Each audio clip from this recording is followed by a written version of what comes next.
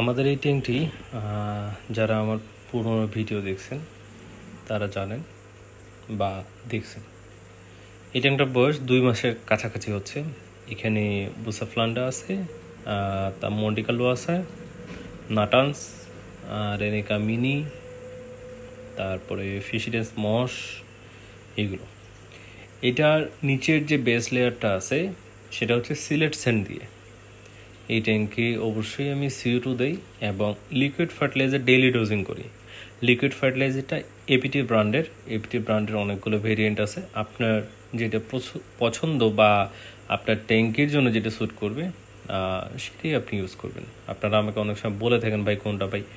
আমার ট্যাঙ্ক আমি আমার মতো করে ব্যালেন্স করি, আপনার ট্যাঙ্কটা আপনি আপনার মতো করে ব্যালেন্স করবেন। তাই আপনি কোনটা ইউজ করবেন এটা পুরোটাই নির্ভর করবে আপনার উপরে। 1 উইক ছিলাম না, যার কারণে গ্লাসের সাইডে কিছুটা এলগি চলে আসে। ওইটা ভাবছি আর ক্লিন করবো না, ওইটা ওইভাবেই থাকবে স্নেলের খাদ্যের জন্য। এই ট্যাঙ্কে আমি লাইট হিসেবে নিওহিলিও ইউজ করি। নিওহিলিও নর্মালটা, প্লাসটা না। আর এটিতে CO2 এবং লাইট দিই 9 ঘন্টা। CO2-র যে নিয়ম, লাইট অন হওয়ার আধা ঘন্টা, 1 ঘন্টা বা 2 ঘন্টা আগে লাইট অন হবে। লাইট অফ হওয়ার আধা ঘন্টা, 1 ঘন্টা বা 2 ঘন্টা আগে CO2 অফ হবে। আপনারা যদি CO2 চেকার ইউজ করে থাকেন তাহলে CO2 অন হওয়ার 4 থেকে 5 ঘন্টার ভিতরে দেখবেন হালকা ইয়েলো টাইপ যখন হওয়া শুরু করবে তখনই বুঝবেন যে হ্যাঁ, আপনার ট্যাঙ্কে পারফেক্ট CO2 হচ্ছে।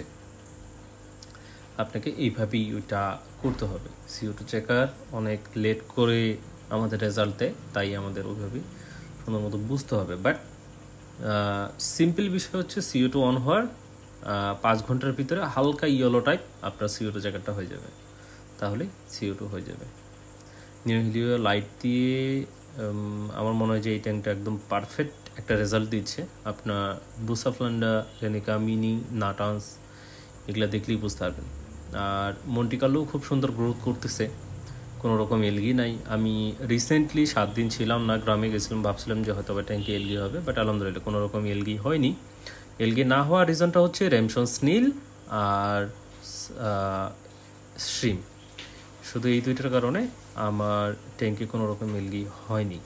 আর তারপরেও এখানে আমি নিওহিলিওর যে গ্লাসটা আছে ওখানে একটা গলা পেপার ইউজ করছি। গলা পেপারটি ইউজ করাতে আমার লাইটের আলোটা কিছুটা কমে গেছে, যার কারণে কোনো রকম এলগি নাই। এবং কি নিচের যে সিলেট স্যান্ডটা আছে সেটাতেও কোনো রকম এলগি নাই। তো হয়তো আপনি বুঝতেই পারছেন যে ট্যাঙ্কটা কীরকম ব্যালেন্স আছে। আর এখনও ট্রিম দিইনি আমি একবার, এটা রুটগুলো সব কিছু ট্রিম দিব একবার।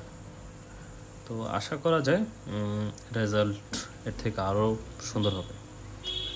আর এখানে যে ডিফিউজারটা ইউজ করতেছি সেটা আপনার হয়তো আগের ভিডিওতে দেখছেন, DIY ডিফিউজার, সেটা আমার নিজের বানানো।